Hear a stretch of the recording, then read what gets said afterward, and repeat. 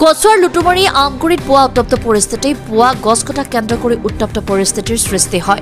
লুটুমাৰী সংৰক্ষিত বনাঞ্চলৰ এলেকা গছ কটাত বাধা স্থানীয় সচেতন ৰাইজৰ আৰু বন বিভাগক অৱগত কৰি গছসমূহ জব্দ কৰাই সমজাই দিয়ে স্থানীয় ৰাইজে। নিজামুদ্দিন নামৰ লোকজনৰ নেতৃত্বত বনাঞ্চলৰ মূল্যৱান চেগুন গছসমূহ কাটি নিয়াৰ অভিযোগ স্থানীয় ৰাইজৰ। ইতিমধ্যে বন বিভাগে সমগ্ৰ ঘটনাটো তদন্ত আৰম্ভ কৰিছে আৰু শীঘ্ৰে নিজামুদ্দিনৰ বিৰুদ্ধে উচিত ব্যৱস্থা ল'বলৈ দাবী জনাইছে ৰাইজে। কচুৱাৰ পৰা গুলজাৰ হুছেইনৰ report, Assam north east news live. এইটো হ'ল আমাৰ ফৰেষ্ট ডিপাৰ্টমেণ্টৰ মাটি।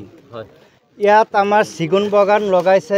কোনে লগাইছে কি কৈছে, নিজাম ৰাতিপুৱা 6টা বজাত আহি পেলাই হাজিৰা মানুহ লৈ পেলাই চিগুন গছবিলাক কাটি আছে। তেতিয়াহ'লে এই হাজিৰা মানুহবিলাকক কৈছে যে সোনকালে তহঁতে কাটি পেলাই ইয়াৰ পৰা গুচি যাবি, মানুহে যাতে গম নাপায়। নিজামৰ গড় হ'ল পুৰাণ বস্তি, এইটো ৰেবেনী বস্তি কয় নেকি, ৰেবেনী বস্তি, টংকিয়া বস্তি কয়। সি এইটো গাঁৱত ইয়াত নহয়, সি গোটেই গাঁৱত গছ কাটি আছে, গছ লৈ আছে, গাড়ী গছ লৈ গৈ আছে। আমাৰ এইটো ফৰেষ্ট ডিপাৰ্টমেণ্টৰ মাটি। এই আমগুৰি গাঁও হয়। নিজাম সেইটো এই টংকিয়া। সি মানে গছ বেপাৰী, সি কিজানি 8-10টা মেল আছে, তাৰ নিজৰ 8-10টা মেল আছে, মানে গছ কটা মেল, মানে সদায় সি লৈয়ে থাকে গছ।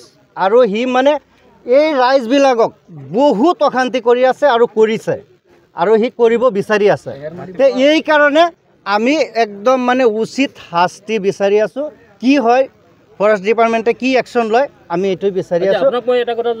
নিজামে পঠোৱা হাজিৰা মানুহ, নিজামৰ ঘৰটো টংকিয়া মানুহ হয়, সি টংকিয়া মানুহ হয়। উঠিছে টোপনিৰ পৰা, আমাৰ পালে সোণ মাৰিছে, এই গেছ সোণ মাৰিছে, ইয়াত বোলে গছ কাটি আছে। আমি মানুহকেইটা ৰখাই দিয়ে, আমি আহি আছোঁ।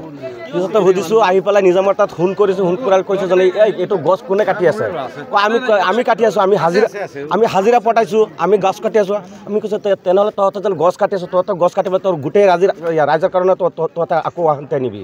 পিছতে সি কৈছে নহয়, আমি লেঞ্জাৰ বাইদেউৰ লগত কথা পাতিছোঁ, কথা পাতি পেলাই আমি গছকেইটা কাটি আছোঁ। কোনে কৈছে এইটো? নিজামে কৈছে।